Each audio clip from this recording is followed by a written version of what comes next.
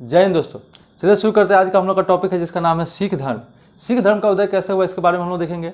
आज की इस वीडियो में हम लोग देखेंगे कि सिख धर्म में लंगर प्रणाली किसने चलाया था। आज हम लोग देखेंगे कि सिख धर्म में जो गुरुमुखी लिपि थी वह उसकी शुरुआत किसने की थी। औरंगजेब ने किस गुरु की हत्या करवाई, जहांगीर ने किस गुरु की हत्या करवाई, और इस तरह से महत्वपूर्ण जो भी तथ्य है जो एग्जाम से पूछे जाते हैं उन सभी तथ्यों के बारे में आज हम लोग देखेंगे। तो चलिए शुरू करते हैं। सबसे पहले हम लोग किसके बारे में, सिख धर्म के बारे में। हम लोग जब जानते हैं कि 15वीं सदी और 16वीं सदी के समय में जब भक्ति आंदोलन का जब पुनर्जन्म हुआ था, तो पुनर्जन्म के समय कहा जाता है कि उसमें जो गुरु नानक जो थे वह भी उसमें शामिल थे, जिसमें हम लोग कबीरदास का भी नाम जानते हैं। उसी समकालीन में गुरु नानक जी भी जो थे वो उसके समकालीन में क्या करते थे कि भक्ति आंदोलन में शामिल थे। बाद में चलकर इन्होंने क्या किया, एक नए धर्म की शुरुआत करते हैं जिनका नाम है सिख धर्म। और इस सिख धर्म में उनके बारे में कहा जाता है कि उनको कालीबेन नदी, जो सतलज और ब्यास की सहायक नदी है, कालीबेन नदी, वहाँ पे उनको क्या होती है कि ज्ञान की प्राप्ति होती है। और इनके बाद इन्होंने क्या करते हैं, एक अलग धर्म की स्थापना करते हैं जिसका नाम है सिख धर्म। इस सिख धर्म के बारे में हम लोग आज देखते हैं। सिख धर्म के प्रणेता संस्थापक बोलिए कौन है, तो वह है गुरु नानक। देखिए, गुरु जो होता है यानी कि इस सिख धर्म में जो भी उत्तराधिकारी होते हैं ना, उनके उत्तराधिकारी को गुरु कहा जाता है। तो जो भी उत्तराधिकारी आए हैं सभी के नाम में क्या लग गया उनके पहले, गुरु, ठीक ना। तो इसलिए जो इनका जो नाम हो गया वो क्या हो गया, गुरु नानक। गुरु नानक देव भी बोलते हैं, गुरु नानक देव जी। तो इनका गुरु नानक का जन्म कहाँ हुआ था, तो 1469 में जन्म हुआ था। कहाँ पे, तलवंडी, जो कि पाकिस्तान में है। वर्तमान में इस तलवंडी जो जगह है पाकिस्तान में, उसको वर्तमान में उसका नाम है ननकाना साहिब। ननकाना साहिब वर्तमान में उसका नाम है किसका, तलवंडी का। अब देखते हैं, इनका जन्म 1469 में होता है। इन्होंने सबसे पहले क्या करते हैं कि जब गुरु सिख धर्म की स्थापना करते हैं तो इन्होंने लंगर प्रणाली की शुरुआत करते हैं। लंगर प्रणाली का मतलब समझते हैं कि जो भी जितने भी गुरुद्वारा होते हैं वहाँ क्या करते हैं, सब लोग एक साथ एक जगह बैठ के खाते हैं और एक साथ खाते हैं और एक साथ ही क्या करते हैं, उठते हैं। कहता है लंगर और पंगत की तरह जो है इन्होंने एक प्रणाली शुरुआत की थी और एक धर्मशाला, देखिए ना। धर्मशाला का मतलब क्या होता है कि धर्मशाला भी स्टार्ट किए थे। धर्मशाला मतलब कहीं भी रुकने ठहरने के लिए जो गुरुद्वारा बनाया जाता है, गुरुद्वारा जिसको बोलते हैं, उसकी शुरुआत भी किसने की थी, तो इन्होंने की थी। गुरु नानक के एक शिष्य थे जिनका नाम था लहना, जो आगे चल करके इसके बाद यानी गुरु नानक के बाद अगला उत्तराधिकारी बनते हैं, यानी कि उनको हम लोग गुरु अंगद के नाम से जानते हैं। उनका प्रारंभिक नाम क्या था, लहना, जो कि बाद में गुरु अंगद के नाम से क्या करते हैं, दूसरे गुरु बनते हैं। इस सिख धर्म में टोटल 10 गुरु बनते हैं। 10 गुरु में कौन कौन से हैं, तो गुरु नानक, अंगद देव, अमरदास, रामदास, फिर अर्जुन देव, हरगोविंद, हर राय, हरकिशन, तेग बहादुर, गुरु गोविंद सिंह। इस तरह से कुल 10 गुरु बनते हैं। अब देखिए, इनके शिष्य जो थे उनका नाम था लहना, जो कि बाद में गुरु अंगद के रूप में जाने जाते हैं। प्रारंभिक नाम उनका लहना था। यादगार के रूप में इनको हुजूर साहिब गुरुद्वारा इनके याद में बनाया गया। अच्छा, इसके बाद क्या देखते हैं, इनकी मृत्यु 1538 में हो जाती है, 1539 में इनकी क्या होती है, मृत्यु हो जाती है। और कहाँ पे मृत्यु होती है, करतारपुर पाकिस्तान में ही क्या होती है, इनकी मृत्यु हो जाती है। अब इसके बाद देखते हैं कि इनके समकालीन में कौन कौन से थे। तो इनके समकालीन में कहा जाता है कि लोधी वंश के शासक सिकंदर लोधी, इब्राहिम लोधी, बाबर, राणा संगा, हुमायूं, कबीर, चैतन्य महाप्रभु, ये सभी क्या थे, इनके समकालीन में थे। अब देखते हैं, यह गुरु नानक देव के समकालीन थे, ठीक ना।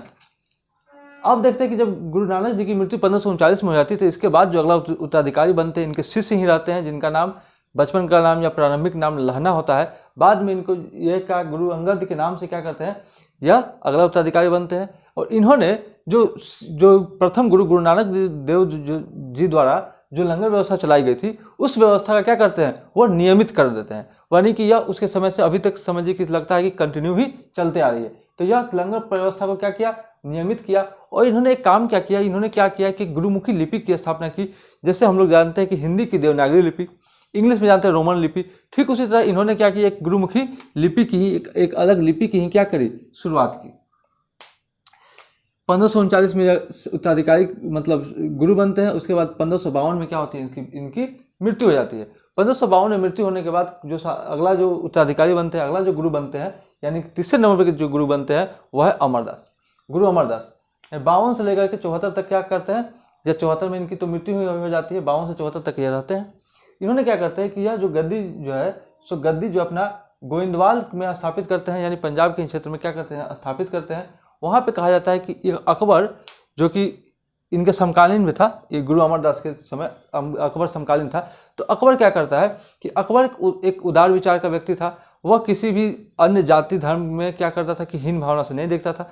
तो कहा जाता है कि अकबर ने यही गोविंदवाल में क्या था गया था और वहाँ पे उनकी पुत्री जो थी बीबी भानी, इनसे क्या किया था मिला था और इनसे बातें विचार यहाँ मतलब इसी अमरदास से मिल गया था। वहाँ इनकी पुत्री से प्रभावित होकर के मतलब कुछ बातें ज्ञान की बातें कुछ सीख करके इन्होंने क्या किया कुछ गांव उपहार के रूप में दिया था।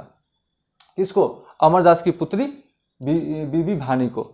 उसके बाद क्या हुआ, जब 1574 में जब अमरदास की मृत्यु हो जाती है तो इन्हीं का दामाद जो है और दामाद और शिष्य जिनका नाम होता है रामदास, ठीक ना। तो इन रामदास अगला उत्तराधिकारी बनता है। जब अगला उत्तराधिकारी जब गुरु रामदास बनता है जब देखता है कि जब बीबी भानी को जब कुछ गांव उपहार के रूप में मिलता है तो यह भी क्या करता है कि सिख धर्म के विस्तार के लिए इसने भी क्या करता है कि अकबर से क्या करता है जमीन की इसी तरह बात रखती है।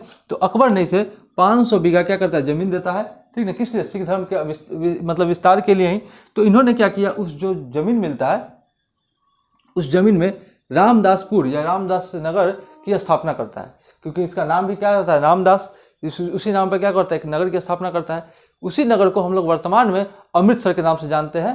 किस शहर को? रामदासपुर जो या रामदास नगर जो है उसको वर्तमान में हम लोग अमृतसर के नाम से जानते हैं, ठीक। वर्तमान में उसका नाम क्या हो गया? अमृतसर। इन्होंने अपने पुत्र यह जो गुरु रामदास थे, इन्होंने क्या किया अपने पुत्र जो होते हैं अर्जुन देव उनको अपना शिष्य बनाते हैं और उनको क्या करते हैं उत्तराधिकारी भी बनाते हैं। तो इन्होंने अपने पुत्र अर्जुन देव को क्या करते हैं शिष्य बनाया और यहीं से गुरु का पद क्या हो गया वंशानुगत हो गया। यानी कि जो भी गुरु नानक के बाद जो गुरु अंगद आए, गुरु अंगद के बाद गुरु अमरदास है, गुरु अमरदास के बाद क्या रामदास है, तो यह सभी क्या था वंशानुगत नहीं था, यह सभी पिता पुत्र जैसा कुछ संबंध नहीं था, ठीक ना। लेकिन यहाँ से क्या हुआ, गुरु रामदास जी ने क्या किया अपने पुत्र अर्जुन देव को क्या किया शिष्य बनाया और शिष्य बनाने के बाद क्या उसको उत्तराधिकारी बना दिए। उसी के बाद से क्या होता है यहाँ से जो गुरु का पद होता है वो वंशानुगत हो जाता है। तो यहाँ से यह बात पूछ जाता है कि किस गुरु के बाद क्या होता है कि वंशानुगत हो जाता है, तो वह होते गुरु रामदास यानी चौथे गुरु। पहले गुरु नानक, दूसरे अंगद, तीसरे अमरदास, चौथे गुरु रामदास। उसके बाद जो अगला उत्तराधिकारी बनते हैं वह होता है गुरु अर्जुन देव। यानी कि रामदास की मृत्यु के बाद कौन बनते हैं? गुरु अर्जुन देव। 1581 से 1606 में कौन बनते हैं? गुरु अर्जुन देव। इनको सच्चा बादशाह की उपाधि दी जाती है गुरु अर्जुन देव को।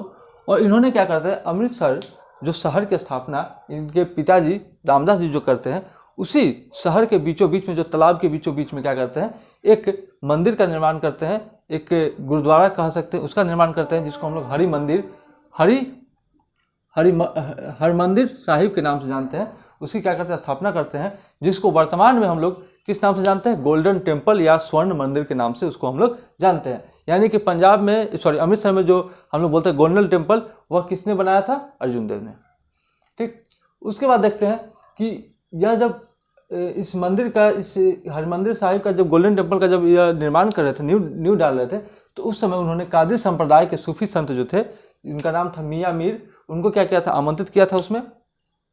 और इसी के समय में इन्होंने क्या किया 1604 में गुरु ग्रंथ या फिर इसको हम आदि ग्रंथ के भी नाम से जानते हैं, गुरु ग्रंथ बोलिए या आदि ग्रंथ की रचना की 1604 में। मतलब क्या है कि गुरु द्वारा जो दिए गए उपदेश थे उन सभी को क्या किया? संकलन किया, एक किताब के रूप में बनवाया। कब? 1604 में। और इसमें कहा जाता है कि इस जो भी यह जो क्या बोलते हैं गुरु ग्रंथ में कुछ बातें ऐसी है जो सूफी संप्रदाय के जो बाबा फरीद थे उनकी बातों को भी इसमें गुरु ग्रंथ में क्या किया गया? शामिल किया गया है, ठीक। इन्होंने यह भी बात है कि 1604 में क्या गुरु ग्रंथ या आदि ग्रंथ जो कि सिख धर्म का पवित्र किताब बोल सकते हैं, पवित्र ग्रंथ बोल सकते हैं, कौन सा है? गुरु ग्रंथ या आदि ग्रंथ। तो इसकी रचना कब होती है? 1604 में। कौन करता है? अर्जुन देव।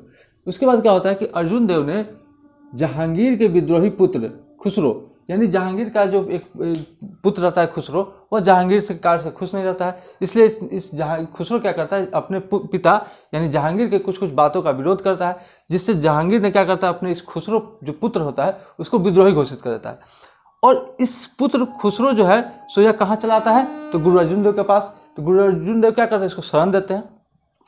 इसी बात से क्या होता है, जहांगीर नाराज हो जाता है, और इसी बात से नाराज होने के कारण जहांगीर क्या करता है कि गुरु अर्जुन देव को क्या करता है, फांसी की सजा देती है।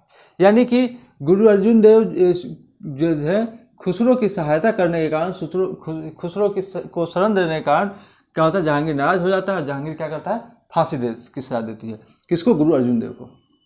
तो यह प्रश्न पूछता है कि कौन से गुरु को जहांगीर फांसी दिया था, तो हम लोग बोलेंगे 5वें नंबर के गुरु। या नाम पूछेगा तो कौन से गुरु, वह हो गया अर्जुन देव।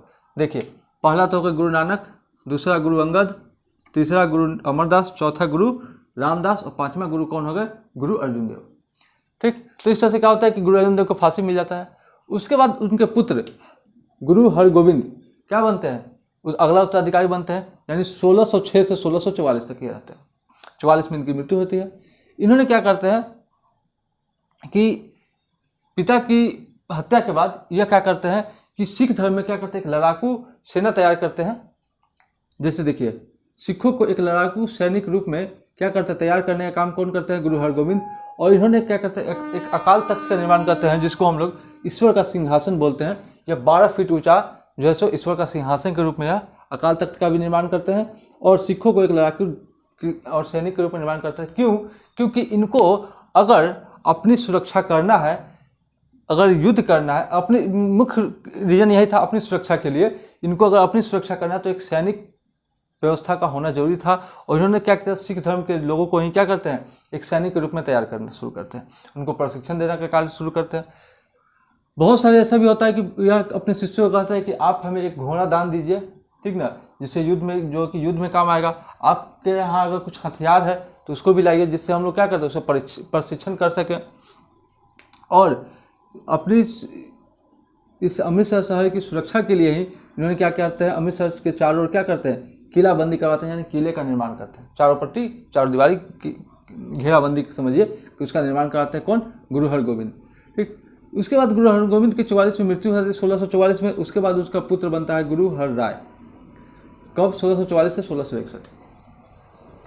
अब देखिए, गुरु हरराय जब शासक बनता है तो उसके बाद इनके बारे में बताते हैं कि इनके 2 पुत्र थे, एक राम राय और दूसरा था हरिकिशन। अब क्या होता है कि इनसे उत्तराधिकारी युद्ध में दारा सिकोह का साथ देने के कारण औरंगजेब दिल्ली के राजदरबार में बुलाया। होता क्या है कि जब मुगल शासक जो थे, क्योंकि जब इस समय क्या हो गए थे, मुगल शासक भी 1526 में हम लोग देखते हैं कि 1526 से क्या होती है, मुगल शासक आ जाते हैं। हम लोग देखते हैं कि कब तक गुरु नानक रहते हैं, 1539 तक। तो नॉर्मल सी बात है ना कि मुगल शासक तो आ ही गए होंगे। तो ये जो मुगल शासक जो आए हुए थे, उनमें जो दारा सिकोह, शाहजहाँ का पुत्र दारा सिकोह होता है। तो उत्तराधिकारी के लिए क्या होता है कि जब शाहजहाँ की मृत्यु हो जाती है, तो शाहजहाँ की मृत्यु के बाद जब उत्तराधिकारी का युद्ध होगा कि कौन शासक बनेगा, तो दारा सिकोह, क्योंकि शाहजहाँ का सबसे बड़ा बेटा था, तो इसने क्या करता है कि शाहजहाँ को दारा सिकोह क्या करता है कि साथ देने का, मतलब दारा सिकोह भी सबसे बड़ा बेटा रहता है शाहजहाँ का। तो नियम के अनुसार क्या होता है कि दारा सिकोह का ही उसको शासक बनना चाहिए। लेकिन क्या करता है, औरंगजेब क्या करता है, ऐसा होने नहीं देता है। तो दारा सिकोह का क्या करता है, हरराय ने क्या करा, दारा सिकोह का साथ दिया, उसको शरण दिया। तो इस युद्ध में क्या होता है कि उत्तराधिकारी युद्ध में दारा सिकोह का साथ देने के कारण क्या होता है, औरंगजेब जो है सो नाराज हो जाता है। और औरंगजेब हरराय, गुरु हरराय जी जो होते हैं, उनको क्या करता है, राज दरबार में बुलाता है। अब मुगल शासक का जो उत्तराधिकारी का युद्ध होता है, यानी शाहजहाँ का बेटा कौन, दारा सिकोह, और शाहजहाँ का ही बेटा कौन, तो वो है औरंगजेब। यानी दोनों भाइयों के बीच उत्तराधिकार का युद्ध होता है। इसमें क्या कहता है, दारा सिकोह का साथ देता है कौन, गुरु हरराय। दारा सिकोह का साथ देने के कारण क्या होता है कि यह औरंगजेब क्या करता है, इनको राज दरबार में बुलाता है। क्योंकि शाहजहाँ के बाद तो बनता है वो कौन, औरंगजेब। शाहजहाँ के बाद उसका जो बेटा कौन शासक बनता है, औरंगजेब। तो यह राज दरबार में बुलाता है। लेकिन गुरु हरराय क्या करते हैं कि राज दरबार में नहीं जाते हैं, वह अपने बड़े पुत्र जिनका नाम होता है राम राय, इनको राज दरबार में भेजते हैं। वहां पर जाने के बाद, दरबार में जाने के बाद, जो औरंगजेब थे, औरंगजेब द्वारा कुछ सवाल किया जाता है, कुछ प्रश्न पूछा जाता है, जिसका उत्तर गुरु नहीं बोल सकते, जिसका उत्तर राम राय देता है। राम राय जी के उत्तर से यह क्या होता है, औरंगजेब काफ़ी प्रसन्न होता है। राम राय द्वारा जो दिए गए जवाब होते हैं उनसे औरंगजेब काफ़ी प्रसन्न होता है। और चूंकि यह बुलाया तो था क्रोध में, गुस्सा में, सजा देने के लिए ही, लेकिन इनकी कुछ बातों से, राम राय की कुछ बातों से क्या होता है, यह प्रसन्न होता है और इसने क्या किया कि औरंगजेब प्रसन्न होकर गढ़वाल जो है, गढ़वाल जो क्षेत्र था उसको क्या करता है, उपहार स्वरूप दे देता है। गढ़वाल क्षेत्र जिसको हम लोग वर्तमान में देहरादून के नाम से जानते हैं, वही क्षेत्र क्या करता है, इसको उपहार के रूप में देता है। उपहार के रूप में देने के कारण बाद में क्या होता है कि यह उसकी बातों से खुश हो जाता है, जिससे कारण क्या होता है कि यह उपहार के रूप में देता है। तो हर्राय जिससे जो पिताजी जो होते हैं, किसके पिताजी, तो राम राय के पिताजी हर्राय, यह क्या होते हैं, इनसे नाराज हो जाते हैं राम राय से, ठीक ना। और राम राय से नाराज होने के कारण क्या करते हैं, ये गुरु हर्राय अपने दूसरे पुत्र हरकिशन को क्या करते हैं, उत्तराधिकारी घोषित कर देते हैं कि अगला उत्तराधिकारी कौन बनेगा, हरकिशन। क्यों कर देते हैं, क्योंकि राम राय क्या करते हैं, कुछ ऐसी घटना हुई होगी दरबार में जिससे क्या होते हैं, गुरु हर्राय नाराज हो जाते हैं और इन्होंने क्या, हरिकिशन को अगला उत्तराधिकारी घोषित कर देते हैं। अब जब हरिकिशन को, क्योंकि यह दूसरा बेटा होता है, बड़ा पुत्र तो ये होता है, ये छोटा होता है, जब छोटा बेटा क्या होता है कि इसको उत्तराधिकारी घोषित करते हैं तो राम राय क्या होता है, नाराज हो जाता है और जो औरंगजेब द्वारा जो गढ़वाल क्षेत्र जो दिया गया था उपहार स्वरूप, वहाँ पे जा करके क्या करता है, वह शासन करना शुरू कर देता है, वहाँ की शासन व्यवस्था को देखने लगता है। उसके बाद जब ये हरकिशन को जब उत्तराधिकारी घोषित करते हैं तो इसका उम्र मात्र मतलब कम उम्र था, ठीक ना। कहा जाता है कि 5 वर्ष की उम्र में क्या करता है, यह शासक बनता है, यानी कि 1661 में जब इसकी मृत्यु हो जाती है, ठीक ना, तो उस समय क्या होता है कि यह जब यह शासक के रूप में, जब हर्राय के जब पुत्र हरकिशन जब शासक बनता है, यह हरकिशन, तो यह क्या होता है, इसको कम उम्र कहा जाता है, यानी कि 5 वर्ष की उम्र में क्या होता है, इसको उत्तराधिकारी घोषित कर लिया जाता है। तो यहाँ देखिए, यहाँ लिखा हुआ हर्राय नाराज होकर 5 वर्ष के पुत्र हरकिशन को उत्तराधिकारी घोषित कर देता है। तो इसके बाद अगला जो शासक बनता है वह कौन बनता है, गुरु हरकिशन, यानी कि राम राय नहीं बनता है, क्योंकि गुरु हर्राय का बड़ा बेटा तो राम राय रहता है, राम राय नहीं बनता है, क्योंकि इससे क्या होता है, गुरु हर्राय नाराज हो जाते हैं, क्योंकि औरंगजेब के साथ लगता है कि उसको लगता है कि औरंगजेब के साथ मिल गया है, ठीक ना। इसलिए क्या करता है, छोटा बेटा को जो कि कम उम्र का ही रहता है, इसको क्या करता है, उत्तराधिकारी घोषित कर देते हैं, क्योंकि यह वंश, यह इसके बाद जो भी वंश आया, यह सभी जितने भी गुरु आए वंश क्या है, वंशानुगत होता गया। और यहीं से गुरु हर्राय के बाद से ही क्या होता है कि जो हम लोग बाकी सब में देखें कि क्या होता है, सत्ता के लिए क्या होता है कि सत्ता के लिए क्या होता है कि उत्तराधिकारी के लिए, जैसे हम लोग मुगल वंश में देखें ना कि औरंगजेब और दासजी के बीच युद्ध होगा उत्तराधिकारी बनने के लिए, ठीक उसी के बाद क्या होता है कि उत्तराधिकारी के लिए यानी गुरु बनने के लिए भी क्या होती है, उत्तराधिकार का विवाद होना शुरू होता है। कब, यहीं से, क्योंकि ये दोनों भाई के बीच क्या होता है, मतभेद होना शुरू हो गया कि हमको नहीं बनाया था, हम इसको बना दिए। तो उसी के समय से क्या होता है, उत्तराधिकारी के लिए भी क्या होना, विवाद होना शुरू हो जाता है। कब, गुरु हर्राय के समय। उसके बाद जब गुरु हरकिशन बनते हैं, जो कि कब 5 वर्ष की उम्र होती है, छोटी उम्र होती है, तो इनको बाल गुरु के नाम से कहा जाता है, सब लोग इनको बाल गुरु कहते थे। और ज़्यादा दिन यह नहीं चले, चेचक के कारण इनकी मृत्यु हो जाती है, यानी कि 61 में यह शासक के गुरु के रूप में बनते हैं, 64 में क्या होती है, इनकी मृत्यु हो जाती है चेचक के कारण। उसके बाद जो अगला गुरु बनते हैं, गुरु तेग बहादुर। गुरु तेग बहादुर जब गुरु बनते हैं, कौन है, यह जो गुरु हरगोविंद है ना, गुरु हरगोविंद, इन्हीं के क्या होते हैं, पुत्र होते हैं। कौन, गुरु तेग बहादुर। गुरु तेग बहादुर इन्हीं के पुत्र होते हैं, हरगोविंद राय के पुत्र हैं।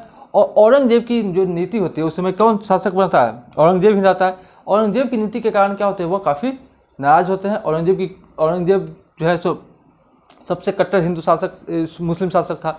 तो यह औरंगजेब की धार्मिक नीतियों का खुलकर विरोध करते थे, पूरा खुलकर विरोध करते थे, जिसके कारण क्या हुआ कि औरंगजेब कह रहे हैं, मुगल की सेना यानी मुगलों के साथ और तेग बहादुर, जो गुरु तेग बहादुर थे, इनके बीच एक युद्ध होती है। कहाँ पे, करतार में। और इसी युद्ध के बाद क्या होती है कि इस युद्ध में गुरु तेग बहादुर की हार जाते हैं, मुगल क्या होता है, जीत जाता है। और उसके बाद गुरु तेग बहादुर को क्या किया जाता है, गिरफ्तार कर लिया जाता है। और गिरफ्तार करने के बाद दिल्ली लाया जाता है। 1675 ईस्वी में क्या होते हैं कि औरंगजेब ने इनको दिल्ली गिरफ्तार करके दिल्ली ले आता है। और 1675 में क्या करता है, औरंगजेब क्या करता है, इनको ज़बरदस्ती मुस्लिम जो है धर्म अपनाने को कहता है, सिख धर्म को नहीं, गुरु तेग बहादुर को, क्योंकि यह सिख धर्म से रहते हैं। इनको क्या मतलब जबरदस्ती कहता है इस्लाम धर्म अपनाने के लिए। तो यह क्या करते हैं, इस्लाम धर्म अपनाते नहीं है, जिसके कारण इनको क्या करता है कि दिल्ली के चांदनी चौक पे इनका सर कटवा देता है। ठीक, तो यह देखते हैं कि 1675 में औरंगजेब ने इस्लाम धर्म स्वीकार करने के लिए कहा। गुरु तेग बहादुर क्या किए, इस्लाम धर्म स्वीकार नहीं किए, जिसके कारण क्या करता है, दिल्ली के चांदनी चौक पर क्या होता है, इनकी सर कटवा देता है, जहाँ पे शीशगंज गुरुद्वारा बनाया गया उनकी याद में, उसी चांदनी चौक पे। ठीक, उसके बाद जो अगला गुरु बने गुरु गोविंद सिंह, इसी तेग बहादुर के जो पुत्र थे गुरु गोविंद सिंह। कहा जाता है कि गुरु गोविंद सिंह का जन्म पटना में हुआ था। एक यात्रा के दौरान वो लोग वहाँ ठहरे थे पटना साहिब में, वहीं पे गुरु गोविंद सिंह का जन्म होता है। तो गुरु तेग बहादुर क्या करते हैं कि इनके पिता का हत्या हो जाती है, सर कटवा देते हैं। कौन? गुरु तेग बहादुर की क्या होती है, सर मतलब हत्या हो जाती है। तो उसके बाद गुरु गोविंद सिंह जब बनते हैं तो यह भी काफ़ी कम उम्र के ही थे। इनका जन्म 1666 ईस्वी में होती है। 1666 में इनका जन्म होता है और पटना साहिब, बिहार के पटना साहिब में इनका जन्म होता है। इनके द्वारा एक आत्मकथा लिखी गई जिसका नाम है विचित्र नाटक। ठीक, 1690 में नादौन, यानी जिसको कश्मीर के नाम से जानते हैं, कश्मीर के युद्ध के बाद 1699 में, यानी कि मुगल और गुरु गोविंद सिंह, इन दोनों के बीच एक युद्ध होती है। इसी युद्ध के बाद 1699 में क्या करते हैं, 1699 में एक खालसा पंथ की स्थापना करते हैं। खालसा पंथ होता है एक सिख की सेना, ठीक ना, इसकी स्थापना करते हैं। कौन? गुरु गोविंद सिंह। तो यह प्रश्न पूछता है कि खालसा पंथ की स्थापना किसने की? गुरु गोविंद सिंह। लंगर प्रणाली किसने चलाया? गुरु नानक। लंगर प्रणाली को नियमित किसने किया? तो गुरु अंगद। ठीक, इस तरह से पूछता है। अब इन्होंने क्या किया? खालसा पंथ की स्थापना की, और इसी खालसा पंथ की स्थापना के बाद जो पुरुष थे उनके नाम के बाद सिंह, और जो महिला थी उनके नाम के बाद कौर लगना शुरू हो गया। इन्होंने गुरु गोविंद सिंह ने एक नाटक के रूप में इन्होंने यह भी देखा कि चूंकि यह जो गुरु का जो पद हो गया वह क्या हो गया, अब उत्तराधिकारी का पद हो गया। ठीक ना, अब उत्तराधिकारी के पद के लिए क्या है, विवाद होना शुरू हो गया, भाई भाई में लड़ाई होना शुरू हो गया, पिता पुत्र में होना शुरू हो गया, जैसे हम लोग यहाँ देखें। तो इन्होंने क्या किया गुरु गोविंद सिंह ने कि इस उत्तराधिकारी पद को ही समाप्त कर दिया कि इसके बाद अब कोई भी गुरु बनेगा ही नहीं। ठीक, तो उत्तराधिकारी का पद भी यहाँ से समाप्त हो गया कि कोई गुरु अब बनेगा नहीं। तो हुआ क्या कि जब इन्होंने खालसा पंथ की स्थापना की, इसके बाद इन्होंने क्या किया, पांच कक्कार का नाम देते हैं कि पांच कक्कार की जो भी सिख धर्म का अनुयायी होगा, जो भी सिख धर्म अपनाएगा, उसको इन पांच चीज़ों को अपनाना अनिवार्य होगा। ठीक, पांच चीज़ें कौन कौन सी थी? पांच कक्कार इसलिए बोला गया कि सभी क से शुरू होता है। देख, केस, कंघा, कच्छा, करा, कृपाण, यानी कि जो भी सिख धर्म का अनुयायी होगा वह बड़ा बड़ा बाल रखेगा, कंघा रखेगा, कच्छा एक सूती लंगोट के रूप में कच्छा पहनेगा, करा जो हाथ में जो बला देखते हैं वो, और कृपाण एक चाकू के रूप में जो देखते हैं जो रखते हैं वो। तो यह पांच चीज़ें जो है सो उनको अपनाना अनिवार्य होगा। ठीक, और उन्होंने एक नाटकीय रूप में भी एक चीज़ क्या करते हैं कि उन्होंने एक घोषणा करते हैं कि कौन गुरु के लिए जान दे सकता है। तो उसमें पांच लोग क्या होते हैं कि सामने आते हैं जो हम अपने गुरु के लिए जान दे सकते हैं। तो उनको उन्होंने पंच प्यारा, यानी कि गुरु के जो पांच प्यारे, जो शिष्य नहीं, पांच प्यारे, पंच प्यारा का नाम उन्होंने दिया कि यह बहुत प्यारा है। और इसी के समय में क्या होता है कि 1705 में हम लोग देखते हैं कि एक खिदराना का युद्ध होता है, जिसमें क्या होता है, गुरु ग्रंथ क्या होता है, खो जाता है। गुरु ग्रंथ का संकलन किसने करवाया? अर्जुन देव ने। यहाँ गुरु ग्रंथ या आदि ग्रंथ का रचना किसने की, संकलन किसने करवाया? तो गुरु अर्जुन देव ने। तो इसी समय जब 1705 में खिदराना में जब युद्ध होता है तो उस समय क्या होता है, गुरु ग्रंथ खो जाती है। ठीक ना, तो जो पंच प्यारा होता है उनका यही दायित्व होता है कि उनको यह जो गुरु ग्रंथ होता है उनकी रक्षा करना। ठीक, वह क्या होता है, पंच प्यारा को यह कार्य दिया गया। और इसी के समय क्या होता है, गुरु जो पद होता था वो समाप्त हो गया, गुरु पद। जब गुरु पद समाप्त हो गया तब क्या उसके जगह पर क्या आया, तो उसके जगह पर यह कहा गया कि गुरु पद के जगह पर यह जो गुरु ग्रंथ साहिब है यही सबसे प्रमुख है और इन्हीं की रक्षा करना सबका दायित्व रहेगा। ठीक, अब उसके बाद देखते हैं कि इन्होंने जाति प्रथा को समाप्त करने के लिए एक पाहुल प्रथा चलाई, जिसमें एक ही कटोरे में सभी को प्रसाद खाना अनिवार्य था। ठीक ना, तो जिससे क्या होता है कि जब जाति समाप्त करने के लिए उन्होंने क्या चालू किया, पाहुल प्रथा चालू किया। और इस युद्ध में क्या हुआ, गुरु ग्रंथ खो ही जाता है। तो फिर दोबारा जब गुरु ग्रंथ खो जाता है तो फिर से इन्होंने दोबारा संकलन भी करवाया इस गुरु ग्रंथ का, जिसको हम लोग 10वें बादशाह का ग्रंथ भी कहते हैं। गुरु ग्रंथ के सबसे पहले संकलन किसने करवाया? अर्जुन देव। दोबारा संकलन किसने करवाया? तो हम लोग बोलेंगे गुरु गोविंद सिंह।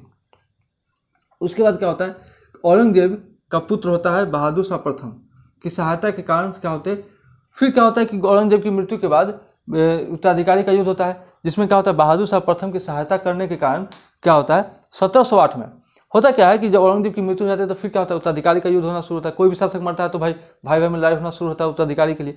तो इसमें क्या करता है कि बहादुर शाह क्या करता है, बहादुर शाह प्रथम जो होता है इसकी सहायता करता है, ठीक ना। तो बहादुर शाह प्रथम की सहायता के कारण इसने क्या किया, बहादुर शाह प्रथम ने गुरु गोविंद सिंह को कुछ उपहार भी दिए थे, बहुत सारे उपहार दिए। तो जिसके कारण क्या होता है कि 1708 में ही महाराष्ट्र के नांदेड़ में एक पठान होता है जिसका नाम होता है आजिम खां। इसने क्या करा, गुरु गोविंद सिंह की क्या करती है, हत्या कर देती है, हत्या कर देता है। क्यों? क्योंकि यह देखता है कि यह व्यक्ति हम लोग जो थे सो किसके, इस मुगल्स के क्या थे, विरोधी थे। और यह क्या करते हैं, फिर मुगलों के साथ एक तरह से इनको लगता है कि मुगल के साथ ही मिल गए, तो इसलिए क्या करता है, इसने गुरु अर्जुन देव की क्या करते हैं, हत्या कर देता है, जो कि कौन था, एक पठान था, ठीक। उसके बाद क्या करता है, इन्होंने क्या किया, गुरु परंपरा को समाप्त कर दिया। उसके जगह पर गुरु साहिब क्या हो गया, प्रमुख हो गया। अच्छा, उसी के बाद गुरु गोविंद सिंह की क्या होती है, उनके बाद मृत्यु हो जाती है। मृत्यु कब होती है, 1708 में पठान द्वारा मृत्यु हो जाती है। उसके बाद क्या होता है कि सबका दायित्व क्या होता है, गुरु ग्रंथ का रक्षा करना। पंच की प्यारा भी दिया इन्होंने, पंच का कार्य भी दिया। और खालसा पंथ की स्थापना किसने की, गुरु गोविंद सिंह ने। उसके बाद देखते हैं कि सिख धर्म में कुछ प्रमुख तीर्थ स्थल के रूप में जो जाना जाता है वो हरमंदिर सिंह साहिब यानी अमृतसर का जो गोल्डन टेम्पल होता है वो जाना जाता है। जो दूसरा है पटना साहिब जो बिहार में है। तीसरा हुजूर साहिब जो कहाँ है, महाराष्ट्र में है। चौथा क्या है, हेमकुंड साहिब जो उत्तराखंड में है। दमदमा साहिब जो भटिंडा में है। यानी कि जितना भी हम लोग देखते हैं सब में क्या लगा, साहिब लगा है। तो जैसे हम लोग कहते हैं ना कि मंदिर के नाम से जानते हैं, ठीक ना, कोई भी मंदिर के नाम से जानते हैं, उसके सिख धर्म में क्या होता है, सबको साहिब कहा जाता है, तीर्थ स्थल को। तो यहाँ हम लोग देखते हैं कि सिख धर्म में कुल 10 गुरु थे। 10 गुरु में कौन कौन से थे, तो गुरु नानक, गुरु अंगद, गुरु अमरदास, गुरु रामदास, गुरु अर्जुन देव, गुरु गोविंद सिंह, गुरु हरराय, गुरु हरकिशन, गुरु तेग बहादुर, गुरु गोविंद सिंह। यानी कि पहला, दूसरा, तीसरा, पांचवा, छठा, सातवां, आठवां, नौवां और 10वां गुरु। तो इसलिए पूछा जाता है कि सिख धर्म के अंतिम गुरु कौन है, 10वें गुरु गोविंद सिंह। सिख धर्म खालसा पंथ की स्थापना की किसने की, गुरु गोविंद सिंह। किस गुरु को, कौन से गुरु को, कितने नंबर के गुरु को किसने मारा, औरंगजेब ने सर कटवा दिया, तो वह गुरु तेग बहादुर 9वें नंबर के गुरु। तो ये सब क्या होगा, हम लोग को याद करना पड़ेगा। गुरु ग्रंथ का संकलन किसने करवाया, गुरु अर्जुन देव ने। खालसा लंगर व्यवस्था को किसने नियमित किया, तो गुरु अंगद ने। तो ये उतना इम्पोर्टेंट नहीं है, ये उतना इम्पोर्टेंट नहीं है, ये इम्पोर्टेंट है, हाँ, ये भी उतना इम्पोर्टेंट नहीं है, ये भी इतना इम्पोर्टेंट नहीं है। बाकी सब क्या है, थोड़ा इंपॉर्टेंट है, जिससे एग्जाम में प्रश्न पूछे जाते हैं। तो आई होप कितना कुछ समझ में आया होगा। तब तक के लिए इतना ही, जय हिंद।